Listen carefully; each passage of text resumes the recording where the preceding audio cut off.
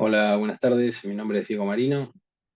Soy médico de reumatología del Hospital de Clínicas y vamos a hablar de laboratorio en reumatología.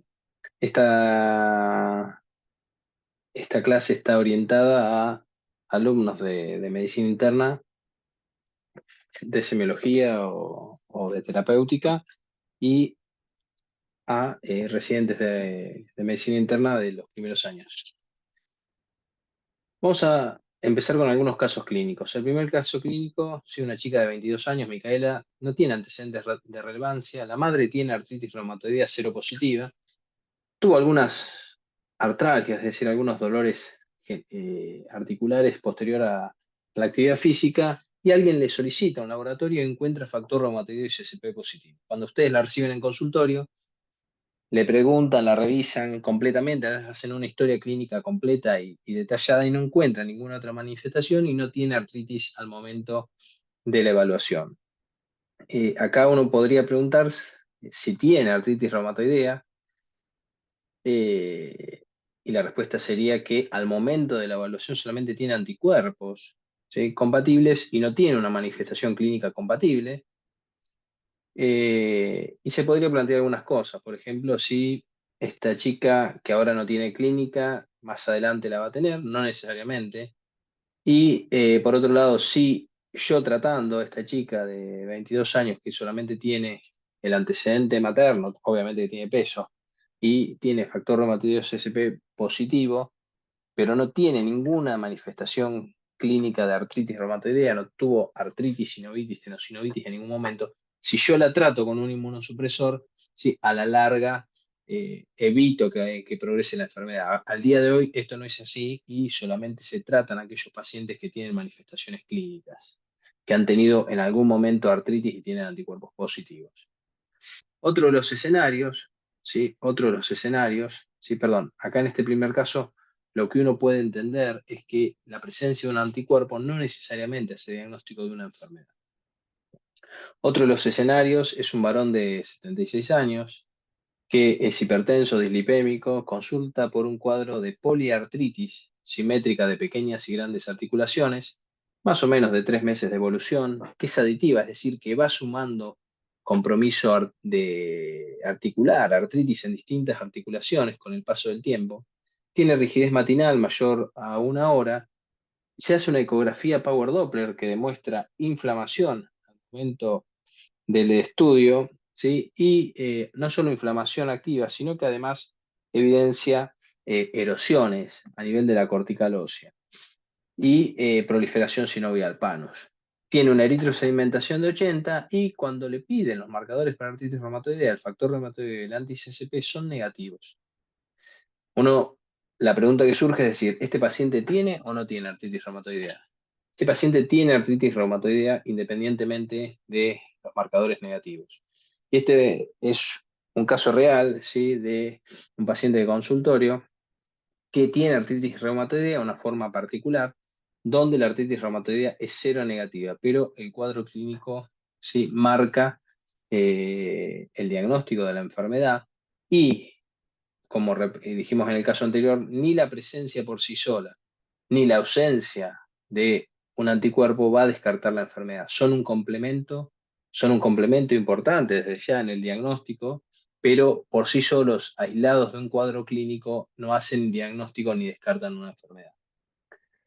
El tercer paciente también es un varón de 70 años, que es un tabaquista severo, 40 pack year, es un EPOC moderado, está en estudio por un cuadro de impregnación, viene perdiendo peso hace varios meses, consulta porque en el laboratorio tenía eritrosedimentación elevada, tenía un FAN positivo, uno entre 170 60 homogéneo, un ANCA X, que es un patrón indeterminado de ANCA, uno en 160, y un factor reumatoideo positivo. Le dijeron que probablemente tenía cáncer, lupus y artritis reumatoidea, por eso lo mandan al consultorio de reumatología. Sin embargo, cuando hacen la historia clínica, ustedes no encuentran que el paciente haya tenido en ningún momento artritis ni rigidez matinal, no presenta tenosinovitis ni otra manifestación de una enfermedad reumatológica.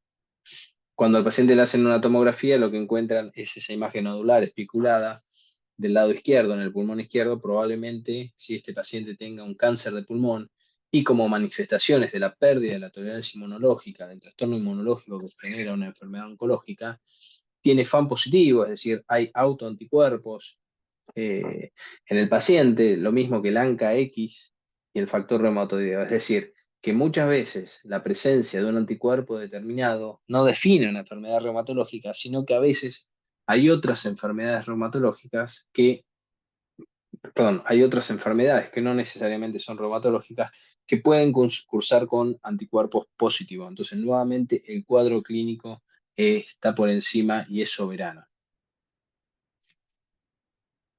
Repasando los conceptos que vimos en estos casos, sí, el laboratorio reumatológico, como todos los métodos complementarios, sirven de apoyo y complemento del razonamiento clínico. Es decir, uno en base a la anamnesis y al examen físico sospecha un diagnóstico, tiene un diagnóstico presuntivo, va a plantear algunos diagnósticos diferenciales y el laboratorio, insisto, tanto en reumatología como en cualquier otra especialidad, va a ser un complemento de lo que ustedes estén pensando, ayudándolos a confirmar, a descartar, ya sea el diagnóstico presuntivo o los diagnósticos diferenciales. Siempre las inmunoserologías y cualquier método complementario tiene que pedirse en base a la sospecha clínica, por lo que dijimos antes.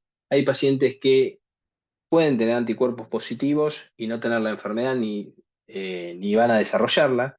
Hay pacientes con la enfermedad que tienen anticuerpos negativos, ¿sí? Y por otro lado, hay otras enfermedades que pueden tener anticuerpos positivos, que no necesariamente sean reumatología. Entonces, uno tiene que pedir en base a la sospecha. Lo que se llama la solicitud de métodos complementarios en perdigonada, ¿sí? O pedir el panel reumatológico, un mismo panel reumatológico para cualquier situación clínica, no solamente es costoso desde el punto de vista económico, sino que también muchas veces va a traer problemas en lo que es la interpretación de un resultado positivo o un resultado negativo cuando la clínica no se condice con los hallazgos en el laboratorio. Siempre tiene que pedirse en base a la sospecha clínica que se tenga. Como dijimos, pueden encontrarse títulos significativos de hasta 1,80, por ejemplo, o aún mayores de FAN, que son considerados positivos hasta en un tercio de los pacientes sanos que no tienen ni van a tener una enfermedad reumatológica. Familiares de pacientes con enfermedades del tejido conectivo pueden tener títulos aún mayores, incluso unos 180, uno en 360 de FAN, sin que tenga una implicación clínica, ¿sí? Y que uno tenga que tomar una conducta solamente por ese FAN. Puede encontrarse lo mismo, factor reumatoideo y menos frecuentemente anti-CCP en pacientes que tienen familiares con enfermedad reumatológica. Por otro lado, algunas enfermedades reumatológicas que habitualmente tienen marcadores inmunoserológicos pueden tener anticuerpos negativos. Por ejemplo, existe la artritis reumatoidea cero negativa, ¿sí? Existe el SAF cero negativo, donde un cuadro clínico característico y que uno no tiene dudas que se trata de un SAF o de una artritis reumatoidea, tiene marcadores negativos. Y acá lo que sucede es que uno está midiendo solamente algunos de los anticuerpos que determinan el fenotipo clínico de artritis reumatoidea o SAF. Es decir, hay otros anticuerpos que uno no mide de forma sistemática que pueden estar generando el cuadro clínico y uno no los detecta porque solamente se miden en el laboratorio o en los estudios de investigación. Nuevamente, la clínica siempre es soberana. Un anticuerpo por sí solo no hace diagnóstico y la ausencia de un anticuerpo con un cuadro clínico compatible no descarta el diagnóstico. Vamos a empezar a hablar de la utilidad que tiene el laboratorio en reumatología, también a través de casos clínicos. El primer paciente es una mujer joven, ¿sí? Como ustedes ven, tendrá alrededor de 20 años, tiene 23 años, tiene antecedentes de una PTI, una púrpura trombocitopénica idiopática, y anemia hemolítica autoinmune, por lo cual recibió previamente tratamientos con corticoides, ya hace varios años que está sin tratamiento, ¿sí? Porque remitieron las citopenias con el corticoide. Actualmente se presenta con rash malar, artritis en manos, úlceras orales y en el laboratorio general tiene linfopenia plaquetopenia y eritrosedimentación de 35. Es decir, es una mujer joven, en edad fértil, 23 años, que tiene antecedentes de dos citopenias inmunomediadas, no solamente la PTI, sino la anemia hemolítica autoinmune. Son dos citopenias inmunomediadas que tuvieron buena respuesta a los corticoides, es decir, que hay un componente inmunológico dando vuelta, y que además presenta compromiso cutáneo, tiene rash malar compatible, tiene compromiso articular, tiene compromiso mucoso, porque tiene úlceras, y en el laboratorio tiene linfopenia, plaquetopenia y reactantes de fase aguda elevados. Frente a este contexto, uno puede pensar en distintos cuadros clínicos, pero el diagnóstico presuntivo en el que primero se piensa, o uno de los primeros, es un cuadro de lupus eritematoso sistémico, por lo cual se va a solicitar una inmunoserología orientada. Además del laboratorio general, uno va a pedir un laboratorio específico. En este caso estaríamos solicitando FAN, ¿sí? Que se utiliza como screening inicial, anti-SM, que es un anticuerpo específico, bastante específico para lupus, anti-DNA, que una parte importante, entre el 60 y el 70% de los pacientes tiene anti-DNA positivo, que tienen lupus, tiene anti-DNA positivo, y se correlaciona con la actividad, y vamos a pedir complemento. Por otro lado, como también forman parte de los criterios de clasificación, ya lo vamos a ver en la clase de lupus, los anticuerpos para SAF, en este caso vamos a pedir anticardiolipinas, anti-beta 2 glicoproteína e inhibidor lúpico para complementar el diagnóstico. Si acá sospechásemos algún otro compromiso, por ejemplo, que tenga Sjögren, agregaríamos un anti-RO y un anti-LA. Si sospechamos que tiene superpuesto al lupus una artritis reumatoidea, agregaríamos un factor reumatoideo y un anti-CCP. Es decir, todo lo que pedimos es orientado a la sospecha clínica que tenemos. En este caso, el laboratorio de inmunología específico nos sirve para complementar el diagnóstico, como habíamos mencionado. Acá los que están viendo, ¿sí? Es un paciente de 45 años, mujer, con antecedentes de hipertensión, en tratamiento con enalapril, que comienza hace 2 meses con dolor e inflamación en manos. Agrega posteriormente dolor e inflamación en ambos pies y rodillas y refiere rigidez de 1 hora a la mañana. Niega otra sintomatología. Con este cuadro clínico, ¿sí? Con 2 meses de evolución de una poliartritis de pequeñas y grandes articulaciones, aditiva, con rigidez matinal de 1 hora, uno piensa en un cuadro inflamatorio. Y si uno ve la distribución, ¿sí? Compromete muñecas de forma simétrica, metacarpofalángicas e interfalángicas proximales de forma simétrica, respetando las distales, uno piensa claramente en un cuadro de artritis reumatoidea como diagnóstico presuntivo. Obviamente que va a tener otros diferenciales, pero sí o sí tiene que sospechar y diagnosticar o descartar una artritis reumatoidea. Por eso, en base a esa sospecha, se le va a pedir, sí, factor reumatoideo y anti-CCP en el laboratorio específico. Y en el caso que sospechemos alguna enfermedad asociada, por ejemplo, el paciente nos diga que a la noche tiene sensación de ojo seco, como si tuviese arenilla o irritación permanente en los ojos, o que se queda en la boca para, no sé, para comer cualquier alimento sólido, tiene que tomar un montón de agua, porque si no, no lo puede tragar. En ese caso, sospecharíamos una superposición entre artritis reumatoidea y Sjögren, por lo cual a los anticuerpos básicos que estamos pidiendo para la artritis agregaríamos, por ejemplo, un FAN, un anti-RO y un anti-LA, pensando en el compromiso por Sjögren. En este caso también nos ayuda como complemento para el diagnóstico.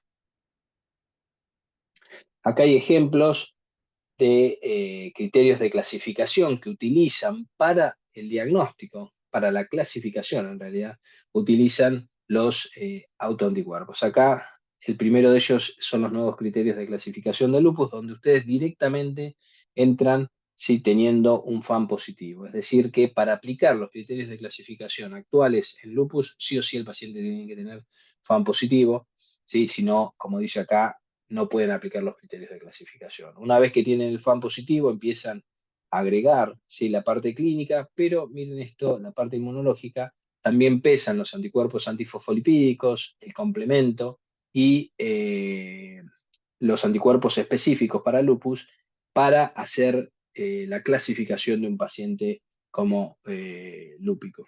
¿Sí? Esto que están viendo acá es para esclerodermia. ¿Sí? Ustedes entran a aplicar los criterios para esclerodermia en aquellos pacientes que se considere que tenga un cuadro clínico compatible y no solamente tienen, sí, factores clínicos como tenían el lupus, sino que van a tener también anticuerpos específicos. Siempre eso aporta un valor y en base al resultado ustedes pueden clasificar o no a un paciente como que tenga una esclerodermia.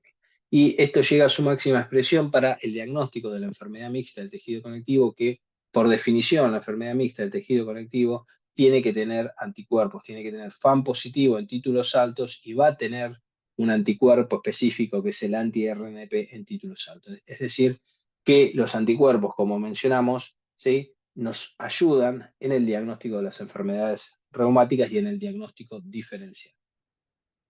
Lo que están viendo acá es un paciente que tiene una isquemia digital crítica.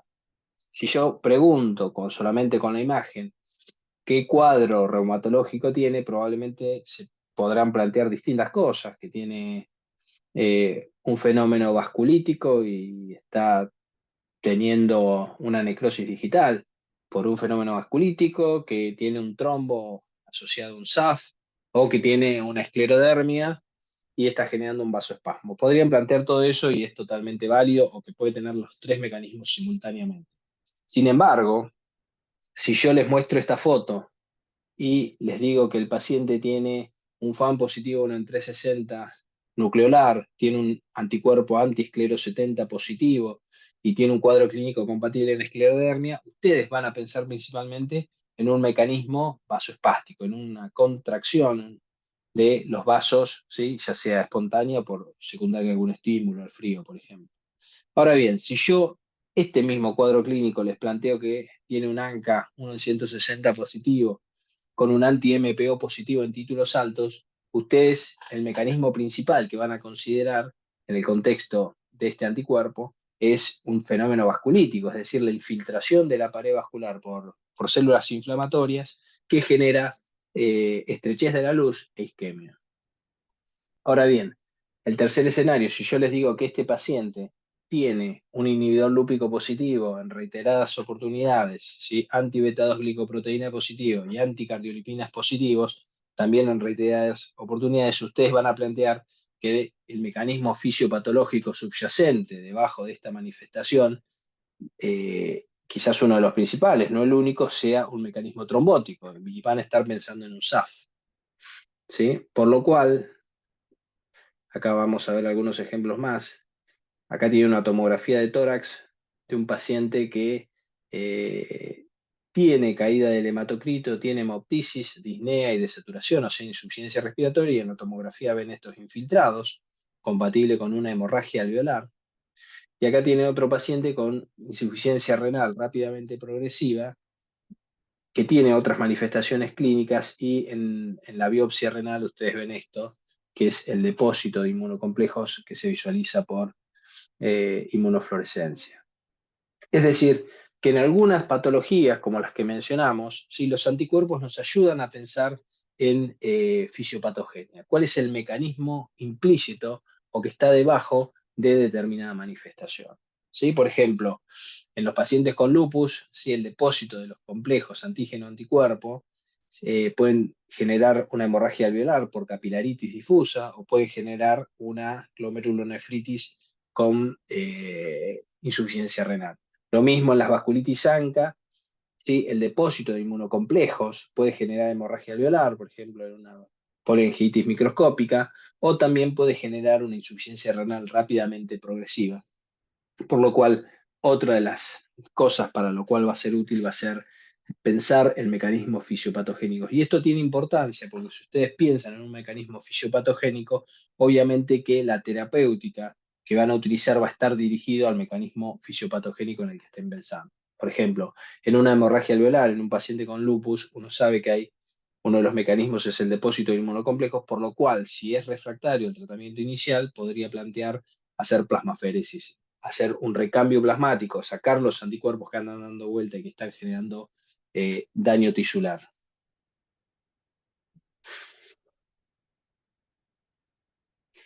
Si ustedes miran las manos de esta paciente, lo que van a ver es que no tiene pliegues prácticamente, tiene un brillo aumentado en la piel. Los dedos no están, ¿sí? Relajados. Si ustedes apoyan la mano en la mesa, pueden dejar prácticamente los dedos estirados, aunque siempre tienden a la flexión. Acá están como en garra la mano y ustedes ven un adelgazamiento distal de los dedos que se afinan y la piel es cada vez más tirante y más brillante, incluso en algunos lugares pierde los pliegues a nivel distal. Sí, por otro lado, si miran, hay como lesiones en el dorso de las articulaciones interfalángicas proximales con un cambio de coloración. Tampoco hay pliegues, no tiene pliegues, está sobre todo en la mano derecha. Y cuando miran la cara, lo que van a encontrar es esto también: pérdida de pliegues a nivel del- de la frente, ¿sí? De las mejillas, ¿sí? Microstomía, es decir, imposibilidad de abrir adecuadamente la cara. Esto clínicamente, ¿sí? Si uno pregunta qué es esto, no necesitan laboratorio, no necesitan ningún método complementario para decir que se trata de una esclerodermia. ¿Sí? Entonces, ¿qué rol tendría los anticuerpos en esta paciente? Bueno, esta es una mujer de 48 años, ¿sí? Parece más joven de la edad, pues justamente por la infiltración que borra las arrugas y rasgos que hacen pensar en la edad de una mujer, ¿sí? O de un hombre. ¿Sí? Todos los pacientes con esclerodermia y con infiltración cutánea tienden a aparentar una edad menor, justamente por el borramiento de surcos. Es una mujer de 48 años que presenta enfermedad, fenómeno de Raynaud de años de evolución, tiene endurecimiento de la piel de las manos de 2 meses de evolución, úlceras digitales, tiene disfagia, dificultad para tragar comida sólida que también comenzó hace unos meses. Al examen físico presenta lo que ustedes vieron: esclerodactilia, infiltración de la piel distal a metacarpofalángicas, tiene pérdida de los pliegues y las arrugas tanto en las manos como en la cara, tiene telangiectasias cuadradas, pitting scar, que son cicatrices en los pulpejos de los dedos por debajo de la uña, y microstomía. Cuando le hacen una capilaroscopía tiene un patrón compatible con esclerodermia, le hacen un laboratorio, tiene FAN1 en 1280 centromérico, tiene un citoplasma negativo, un esclero 70 negativo y RNP negativo. En este caso, el anticuerpo no nos estaría ayudando al diagnóstico, porque el diagnóstico ya lo teníamos por la clínica. Entonces, ¿qué es lo que nos permite hacer el anticuerpo en este caso? Sí, en este caso, el centrómero nos va a marcar algunas complicaciones y asociaciones que puede tener la enfermedad. Primero, si se trata de una esclerodermia limitada, que se asocia frecuentemente o más frecuentemente con el anticentrómero. Y por otro lado, por ejemplo, la presencia de una esclerodermia limitada a veces se asocia con cirrosis biliar primaria como una enfermedad asociada y también puede asociarse a hipertensión pulmonar. Mientras que si el paciente tuviese un fenotipo similar, tuviese un cuadro de esclerodermia, ¿sí? Más bien difusa, es decir, que tiene un compromiso mayor de la piel, y encontrásemos un anticuerpo, un RNA polimerasa 3, un antiesclero 70, ahí pensaríamos en otras complicaciones. Pensaríamos que el paciente, en lugar de tanta hipertensión pulmonar, puede llegar a tener mayor compromiso pulmonar intersticial, puede tener riesgo de crisis renal esclerodérmica, no así la forma limitada con un anticentrómero. Y por otro lado, va a tener un compromiso cutáneo severo y a veces rápidamente progresivo, cosa que no pasa con el anticentrómero. Por otro lado, el pronóstico de estos pacientes es malo, porque la terapéutica, sí, verdaderamente hoy estamos lejos de una terapéutica eficaz en esclerodermia, ¿sí? Mientras que en las formas limitadas con anticentrómero el pronóstico es bueno, salvo que desarrolle una complicación que es la hipertensión pulmonar. Entonces, en este caso, los anticuerpos nos ayudan a saber qué complicaciones clínicas, qué compromiso puede tener el paciente, y por otro lado nos ayuda con el pronóstico. Acá lo que están viendo son las manos de un paciente joven, tenía 25, 30 años, Y básicamente lo que están viendo son estas lesiones eritematoviolaceas, algo descamativas en el dorso de los nudillos de las metacarpofalángicas, lo mismo a nivel de las interfalángicas proximales. A su vez, si ustedes prestan atención, pueden ver que existe eritema periungueal, ¿sí? Crecimiento cuticular desmedido y demás. Este paciente clínicamente, si es muy subjetivo de un cuadro clínico, se llama dermatomiositis, ¿sí? 38 años, tabaquista, tenía Raynaud, lesiones en zonas fotoexpuestas, debilidad muscular y disnea de 3 meses de evolución. Al examen físico, lo que habíamos mencionado, estos se llaman, ¿sí? Pápulas de Gottron, ¿sí? Tiene eritema heliotropo, que es un eritema similar en el párpado superior.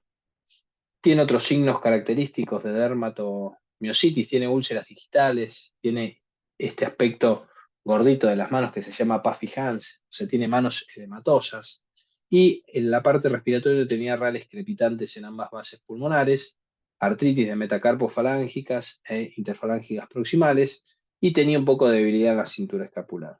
Si se sospecha una miopatía inflamatoria, particularmente dermatomiositis, se le solicita un laboratorio, tiene una eritro alta, una SPK de 120, y en la inmunoserología tiene un FAN positivo, uno en 1280 citoplasmático, tiene un anti-RO positivo, un anti-Jo1 negativo, pero cuando le pedimos los marcadores específicos para miositis tiene un MDA5 positivo.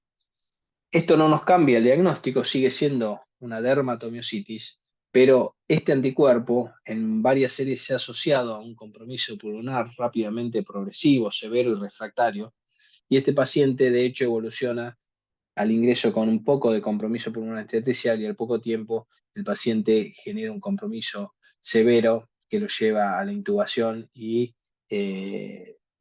al óbito, ¿sí? Independientemente del tratamiento inmunosupresor. Es decir, que en este paciente la presencia de un anticuerpo no nos ayuda con el diagnóstico, porque el diagnóstico ya lo teníamos, pero sí nos está marcando el compromiso que puede tener y nuevamente nos hace pensar en un pronóstico y por ende nos va a pautar el tratamiento que vamos a hacer.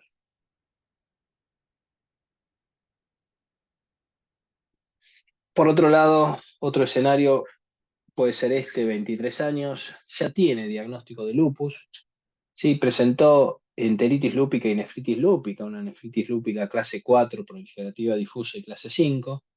Recibió tratamiento con ciclofosfamida por 6 meses, ¿sí? Remitió, estaba bien desde la parte renal, negativizó el anti-DNA y tenía complemento normal una vez que había logrado la remisión clínica. Actualmente está en tratamiento con micofenolato en la fase de mantenimiento, con 2 gramos de micofenolato por día y corticoides en descenso, haciendo el tapering, sí, actualmente está con 4 miligramos día. Hace 2 meses está tomando de forma irregular el micofenolato, porque no puede acceder, porque la obra social no se lo administra en tiempo y forma, y en el laboratorio presenta un DNA positivo y un descenso del complemento, cuando previamente el DNA era negativo y el complemento era normal, eritrosedimentación elevada, y cuando le hacen un sedimento por nefrología, lo que van a encontrar es hematuria dismórfica, es decir, que tiene glóbulos rojos deformados, lo cual sugiere actividad glomerular. ¿Sí? En este caso, los anticuerpos no nos ayudan en el diagnóstico, ¿sí? No nos ayudan tanto en el pronóstico, sino que nos ayudan en el seguimiento de una enfermedad. Hay anticuerpos, no todos, o marcadores del laboratorio de inmunología, que a veces se relacionan el título, la concentración con la actividad de la enfermedad. Por ejemplo, el anti-DNA en un paciente con lupus, cuando el lupus está inactivo, si el DNA puede negativizarse, ¿sí? Tener DNA negativo. Mientras que cuando se activa, ¿sí?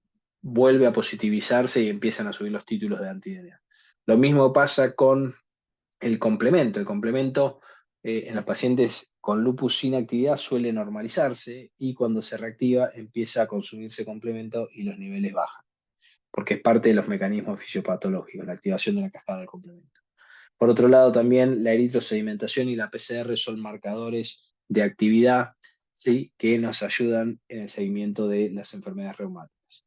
Otros marcadores de actividad que no son necesariamente parte del laboratorio específico de reumatología podrían ser en el lupus, por ejemplo, los linfocitos. Un paciente con actividades o enfermedad suele tener leucopenia y linfopenia, ¿sí? Y también otros marcadores que a veces se utilizan para seguimientos ya más con anticuerpos específicos son los anticuerpos ANCA, el MPO y el PR3, que en algunos casos puede utilizarse para el seguimiento evolutivo de las vasculitis ANCA. Entonces, repasando, el laboratorio de reumatología específico, principalmente el específico, no tanto el laboratorio general, va a tener un rol en el diagnóstico, va a tener un rol en hacernos pensar en mecanismos fisiopatológicos, va a tener un rol en la clínica y en el pronóstico, es decir, qué compromiso puede tener el paciente y cuál es el pronóstico y por ende van a influir sobre el tratamiento, y va a tener un rol en el seguimiento. Todo esto junto influye sobre el tratamiento, ¿sí? Esto seguramente lo conocen, esto es de 100 años de soledad del Gabo, de Gabriel García Márquez, ¿sí? Es el árbol genealógico de la familia Juan Díaz. Sí, es sumamente complejo. Quien lo haya leído seguramente se perdió y se planteó hacer el árbol genealógico, pero nunca lo termina de completar como nos ha pasado a todos. Este es Gabriel García Márquez. Algo solamente, sí, solamente se me ocurre comparar el nivel de complejidad al árbol genealógico de los Buendía, sí, lo que es los patrones de Fan. Estos son los patrones actualmente de Fan. Para que tengan una idea, no necesitan saber todo esto desde ya, pero sepan que hay muchos patrones, ¿sí? Que se dividen, ¿sí? De acuerdo a si la distribución de la inmunofluorescencia es a nivel del núcleo, si es a nivel del citoplasma o si es a nivel del uso mitótico.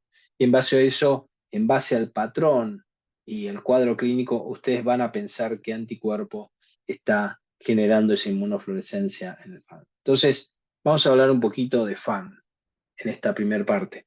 El FAN, sí, factor antinuclear o anticuerpos antinucleares, no se trata de un antígeno ni de un autoanticuerpo específico, sino que son un grupo heterogéneo de autoanticuerpos que están dirigidos contra antígenos propios de la célula, ya sean del núcleo, del citoplasma o del aparato mitótico. Es decir, un paciente con FAN positivo, ustedes saben que tienen autoinmunidad, que hay autoantígenos, ¿sí? Y hay autoanticuerpos contra esos antígenos, pero ustedes no pueden definir, ¿sí? Solamente con decir FAN positivo qué autoanticuerpo tiene el paciente, ¿sí?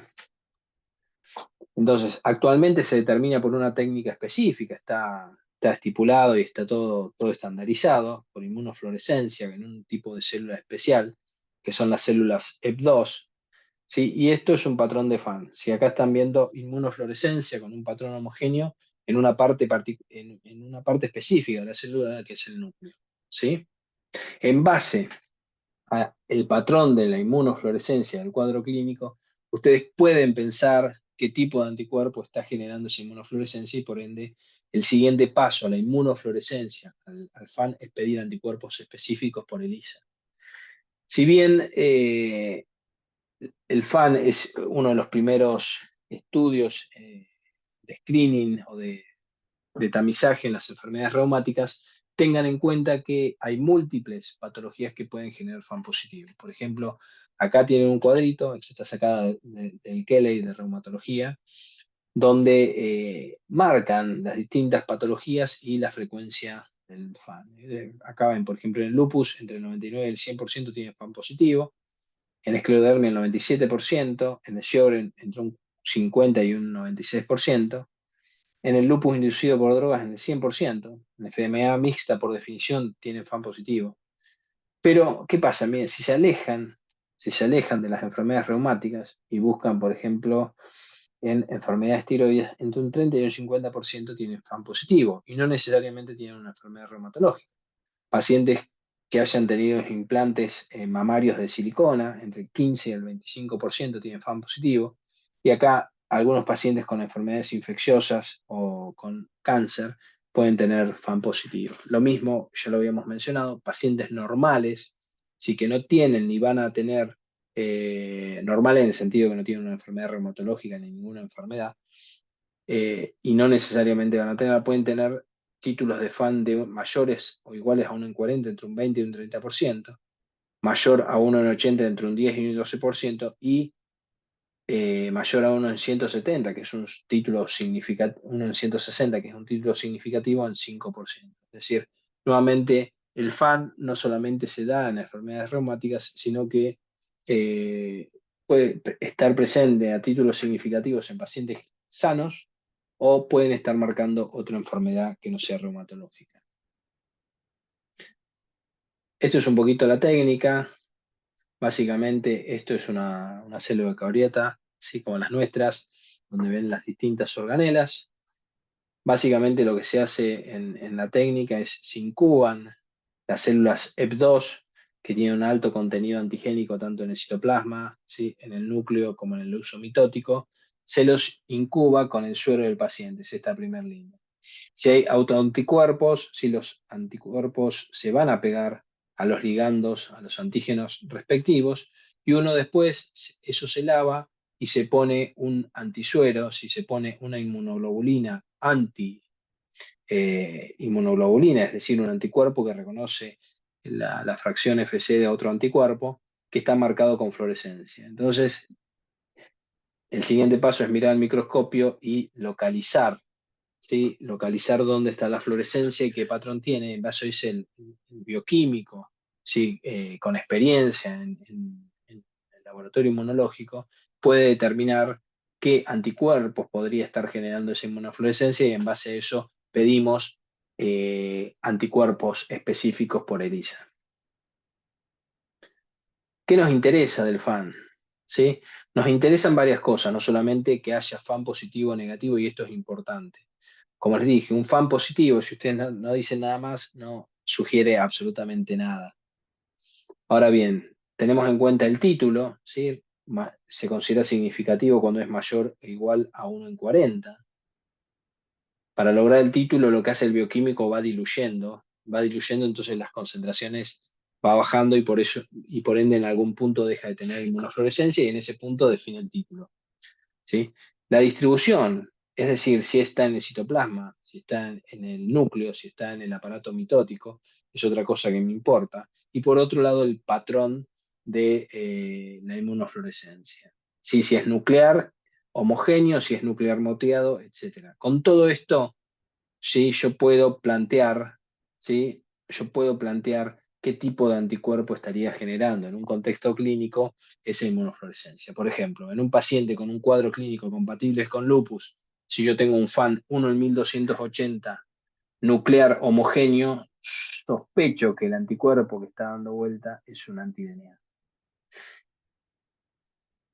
Les voy a mostrar algunos patrones frecuentes. Esto se lo pueden sacar de una página que se llama Ana Patterns, que lo tienen acá arriba, que es gratuita, y tienen todas las inmunofluorescencias. Y lo más importante no es tanto el patrón que ven acá, eso sirve mucho para los bioquímicos, para estandarizarlo, pero sí les va a servir para ver qué tipo de anticuerpos, más allá de los más frecuentes, pueden estar relacionados con determinado patrón. Por ejemplo, en el patrón este que ven, el núcleo se tiñe o tiene inmunofluorescencia de forma homogénea. Ahí ustedes sospechan, ¿sí?, el patrón es nuclear homogéneo, y sospechan este anticuerpo que es el anti-DNA, ¿sí? También las histonas o los nucleosomas pueden generar este patrón. Acá lo que tienen es un patrón nuclear moteado, ¿sí? Perdón, granular fino, y en ese caso ustedes en un cuadro clínico compatible pueden sospechar la presencia de anti-RO, anti-LA, y algunos anticuerpos de miositis pueden generar un patrón similar. Les muestro algunos otros patrones, pero esto no, bajo ningún punto de vista lo tienen que saber detalladamente. Sí, esto es importante. A partir de un cuadro clínico y una sospecha clínica, ¿sí?, ustedes van a pedir un primer screening que siempre incluye el FAN, ¿sí?, o el anticuerpo antinuclear, y en base a la clínica y al patrón del FAN, ustedes sospechan un determinado anticuerpo y en base a eso van a pedir anticuerpos específicos. Habitualmente uno hace todo al principio, es decir, en base a la sospecha clínica ya pide el FAN y los anticuerpos específicos por ELISA, porque muchas veces cuando uno ve un paciente de estos en consultorio, tiene que tomar conducta y a veces las determinaciones, sobre todo en público, tardan bastante y uno necesita tomar conducta y para eso necesita tener un diagnóstico. Y a veces los anticuerpos son necesarios para el diagnóstico, como dijimos. Con respecto a las enfermedades reumáticas, sí, y el tipo de anticuerpo, esto es importante. Por ejemplo, estos son los anticuerpos frecuentes en lupus. Hay un montón, sí, hay un montón, sí, pero como dijimos, un 99% tiene FAN, sí, un 60% tiene anti-DNA. Sí, el anti-DNA no solamente es específico, 95% de especificidad para lupus, sino que también se relaciona con la actividad, ¿sí? Y se asocia con una complicación que es la glomerulonefritis. El anti-SMIT, sí, está menos frecuentemente, entre un 20 y un 30%, sin embargo tiene una alta especificidad, 99% de los pacientes con lupus tienen SM, perdón, de los pacientes con anti-SMIT positivo, el 99% tiene lupus, o sea, tiene una especificidad alta. Esto es importante porque si un paciente tiene un cuadro clínico, me quedan dudas si tiene o no tiene lupus, porque son manifestaciones como artritis, manifestaciones generales, una eritro elevada, nada muy específico. Si tiene un SM positivo, aumenta muchísimo y tengo que considerar fuertemente el diagnóstico de lupus. Puede haber otros anticuerpos, por ejemplo el anti-ROY y el anti-LA, en el caso de que tenga una asociación con Sjögren, ¿sí? El antihistona cuando se asocia a un lupus inducido por drogas y la presencia en un 30% de anticuerpos antifosfolipídicos cuando se asocia a síndrome antifosfolipídico. En la esclerodermia pasa algo parecido, hay un montón de anticuerpos que pueden generar el fenotipo de esclerodermia, sin embargo los más frecuentes son el anticentrómero, el más frecuente, como dijimos, entre un 25 y un 45%, y que se asocia con una esclerodermia limitada. El esclero 70, sí, entre un 15 y un 42%, y se asocia a una esclerodermia difusa. El anti-RNA polimerasa 3, que se asocia a también una esclerodermia difusa con algunas complicaciones y un fenotipo particular. Hay otros anticuerpos que pueden generar un fenotipo de esclero que no se piden habitualmente en la práctica clínica. Entonces, ¿cómo procedemos frente a la sospecha de una enfermedad reumatológica? Si sospechamos artritis reumatoidea, vamos a pedir factor reumatoideo y anti-CCP, ¿sí? En el laboratorio específico.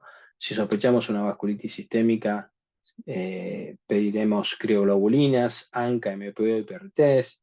Si sospechamos una miopatía inflamatoria, le vamos a pedir FAN, le vamos a pedir anticuerpos asociados a miopatías como el anti-Jo1, ¿sí?